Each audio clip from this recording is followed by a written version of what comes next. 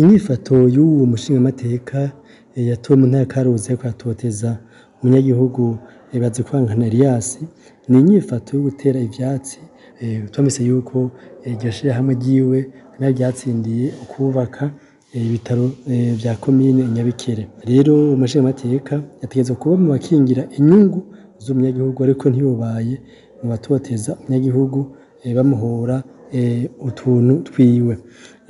Iyo nyifato rero yerekana yuko umushingamateka atazi ico ajejwe, atazi amabanga afise, amabanga yatorewe.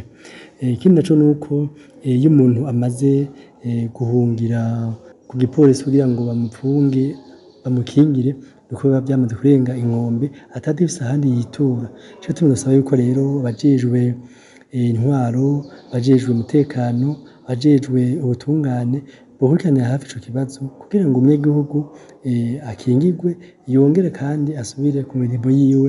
Turabona ko amaze hafi indwi ari mu gasho, aho mu gasho yoba yagiye kugira ngo akingirwe. Biramamaje kumva yuko umunyagihugu agera ahantu aza gusaba ubuhungiro mu gasho kandi hariho inzego zitandukanye zategerezwa kumukingira.